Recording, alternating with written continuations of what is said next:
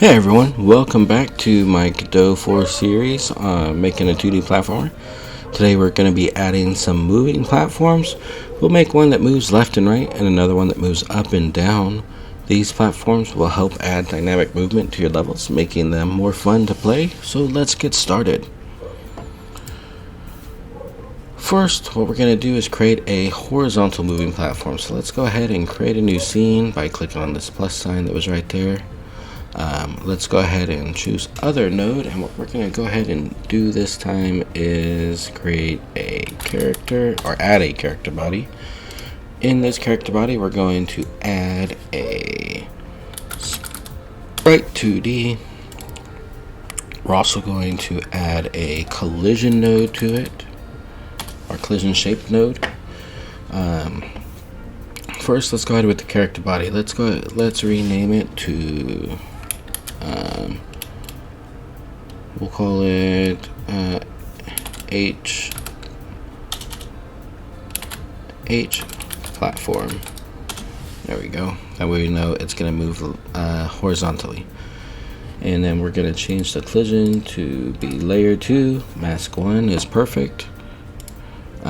For our sprite, so our sprite is going to be, there's two ways to do this, right? Let's go ahead and show you one way. The easiest way, if you want to do it inside of the program, is to edit or crop a region out of the tile that you want to use. So let's see.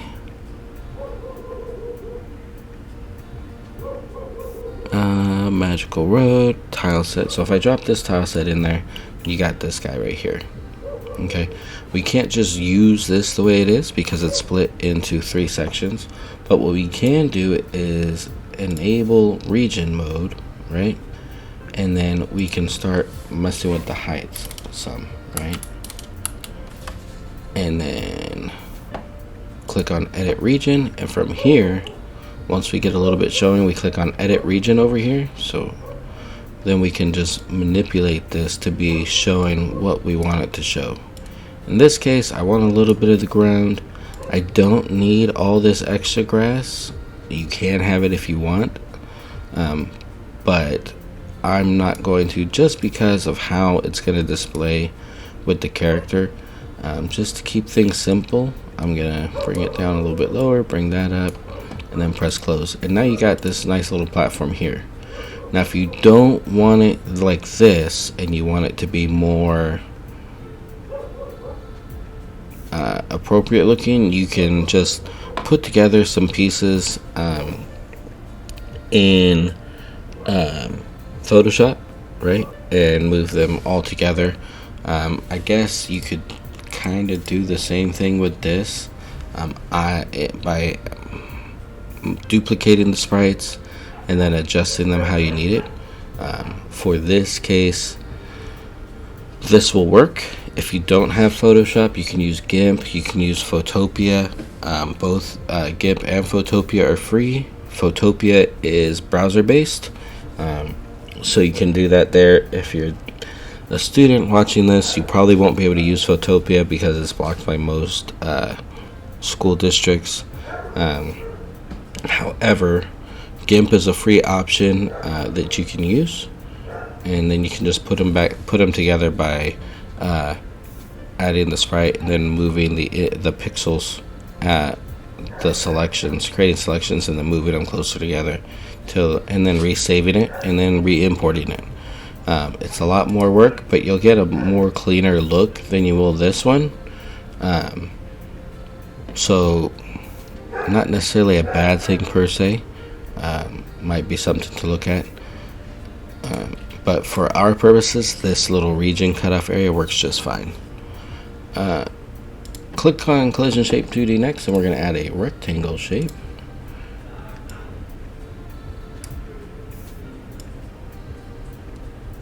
And we're just going to drag this rectangle shape up to where it's covering the platform. That way the player can jump on it. Normally we would want it to look like the player is like standing over it, but if doing it like this, it's gonna make it look like the player is behind it. Alright, so let's go to move this back up to where it was. And let's add a script to it. Actually, let's go ahead and save it first. Go to our scenes folder, press save. Add a script. Go to our scripts folder. Make sure it says H platform. That way we know what it is and what it does. Alright, and we're going to just get rid of all of this. And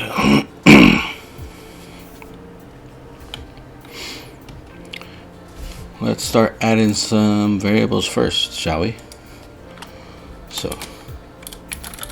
we're going to add some public ones that's going to control the move distance. It's going to be a float. And for now, let's make it equal to 150.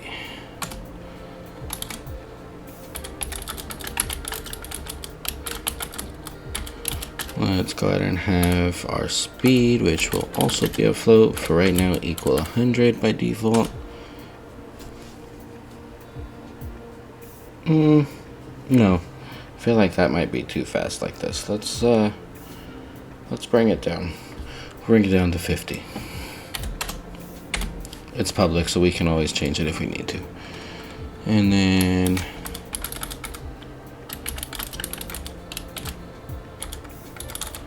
our direction is going to be a vector 2.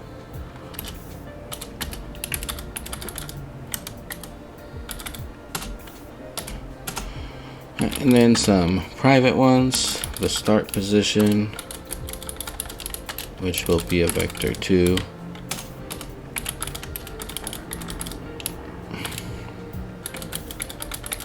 Target position, which will also be a vector 2.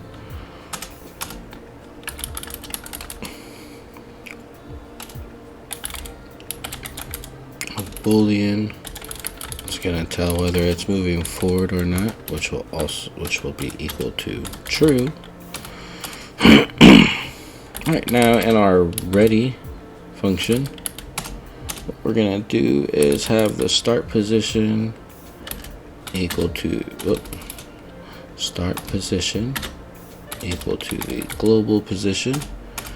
Then the target position is going to be the start position plus the move direction times the move distance. There we go. Now I guess, let's see, in our physics process, because that deals with movement, what we're going to have is we're going to create a variable named direction, which is equal to 1 if moving forward, else it's going to be -1. So it's direction is going to be right if it's moving forward, otherwise it's going to be moving left. All right, and the velocity is going to be equal to the move direction times the move speed times the direction. And it might help if I spelled velocity properly. There we go. Alright, and then we're gonna pass move and slide.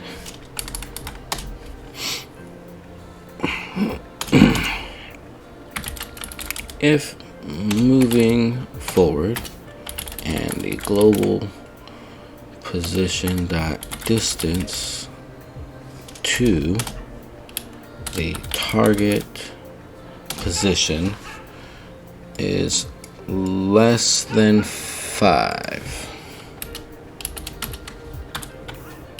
then we're going to do a thing, and that thing is turn moving forward to false. that's going to cause it to move left, right? Else if, and what we're going to do is just copy this whole thing, and we're going to paste it down here, and we're going to add a few things. So in front of moving forward, we're going to type in not, and instead of the target position, we're going to have the start position. And then we're going to tell it that moving forward will be equal to true. So now what we're going to do is we're going to go ahead and save this. We're going to test it out. Let's go to our level 2 and just add that in. So we're going to look for H platform and add that in. Let's go ahead and I'm going to put it right here just so I can see if it's going. Okay, so let's go ahead and run current scene, and there we go, and it's moving back and forth, so we can set that up and put that in place, so that's good. All right, let's go ahead and stop that for right now. Let's put our platform in place right here. And then I guess let's go ahead and start on our vertical platform, shall we? Let's create a new scene. We're going to do this a little bit differently, just because if we use character body, then the player, because that's also character body, I guess weighs the platform down, at least from my experience, and so it pushes it back down and then prevents it from moving up, and you get just this little jittering in place and the platform doesn't move. So we're going to use static body for this one. If you guys have a better way of doing it that uses character body without creating that little jittering and allows the platform to move up and down with the player, let me know in the comments. Right? Game development is a community after all, for a reason, because we learn together and we build together, right? So we're going to search for a static body. We're going to I'm going to take this sprite and just copy it over, paste it in. I'm going to add a collision shape 2D, and it's going to be a rectangle just like before. Zoom in and just stretch that out like so.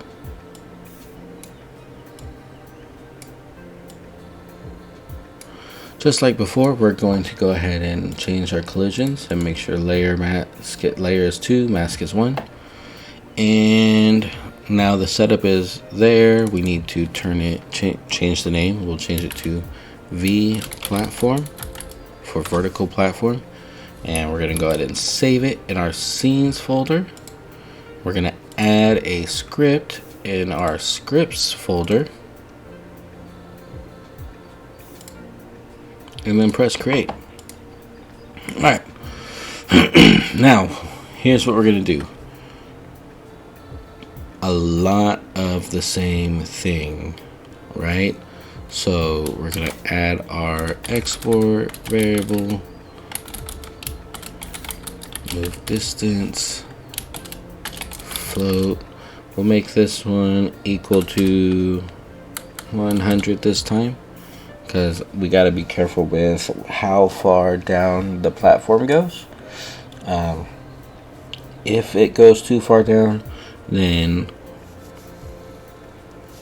you'll end up in that that kill zone area, and then it'll be the player will die. So then we're going to add an export variable, move speed.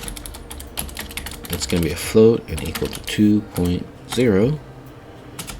And then at export variable, move direction vector 2.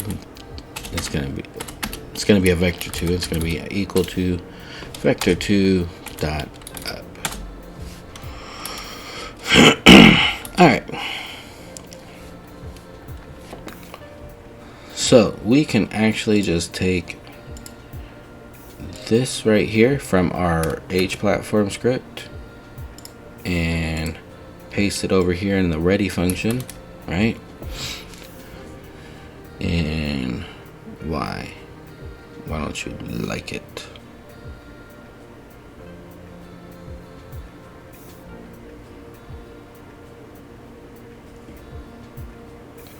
You don't like it because I didn't add the whoops.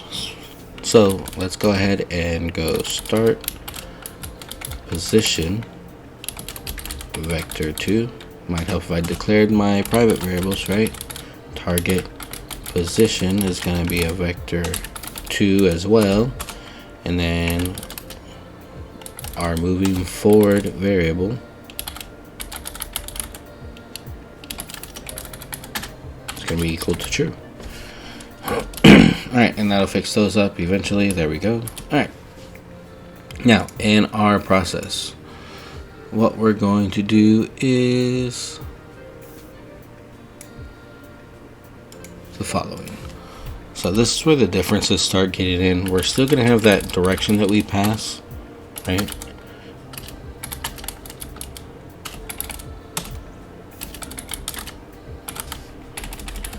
But then here, where our H platform, where is it? Had velocity, right? We're going to actually adjust the global position of it. So global position plus equals move direction times move speed times direction, right? Just like before. But this time, what we're going to do is we're actually going to be passing delta with it, right? So times delta.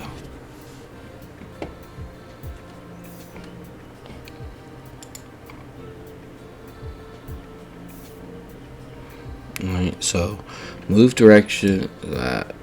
Why did I say start position? Oh, I put it in the wrong spot. That's why. This times delta should be down here, like that. So now what we're going to do from here is if moving forward and global dot position. Oh, not that dot, global underscore position dot distance to. And it's going to be the same thing. Target position is less than 5. Then moving forward is going to be equal to false. And then elif, it's literally just going to be the same thing as before. Copy this guy. Paste that in. Change target to start position and say not moving forward, and moving forward is going to be equal to true. So there's a few slight differences between the two, right? But by and large, they're basically the same, right? We're changing the global position for instead of movement velocity, and we're not passing through the movement slide like we would with a character, we would with the character body. Okay, let's go ahead and add that in though. We're not adding a node, we're instantiating. So let's go to the right thing. Alright, now that that's added in, let's go ahead and move this down here where we can see it. And press play and see what happens. Might help if we played the right thing. So running current scene. So it's moving really slow. Right, and that's because our move speed is set to 2.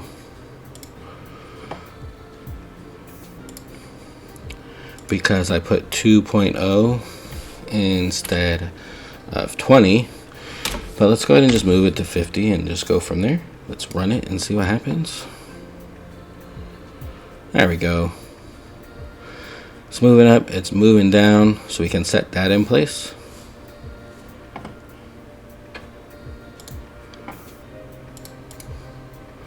So let's go ahead and we'll just set that right there. Let's change our move distance to be, we'll say 150. Right, something like that. And then we can take our horizontal platform, duplicate it, and move it right there. If we wanted to, we could take these platforms, right, all three of them,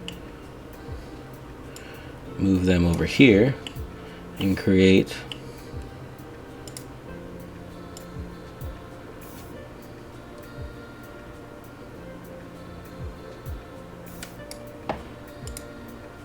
a little thing with them like so. And so now, if we press play, hopefully this will work, and let's run the current scene. Alright, so we gotta wait for the platform. There we go.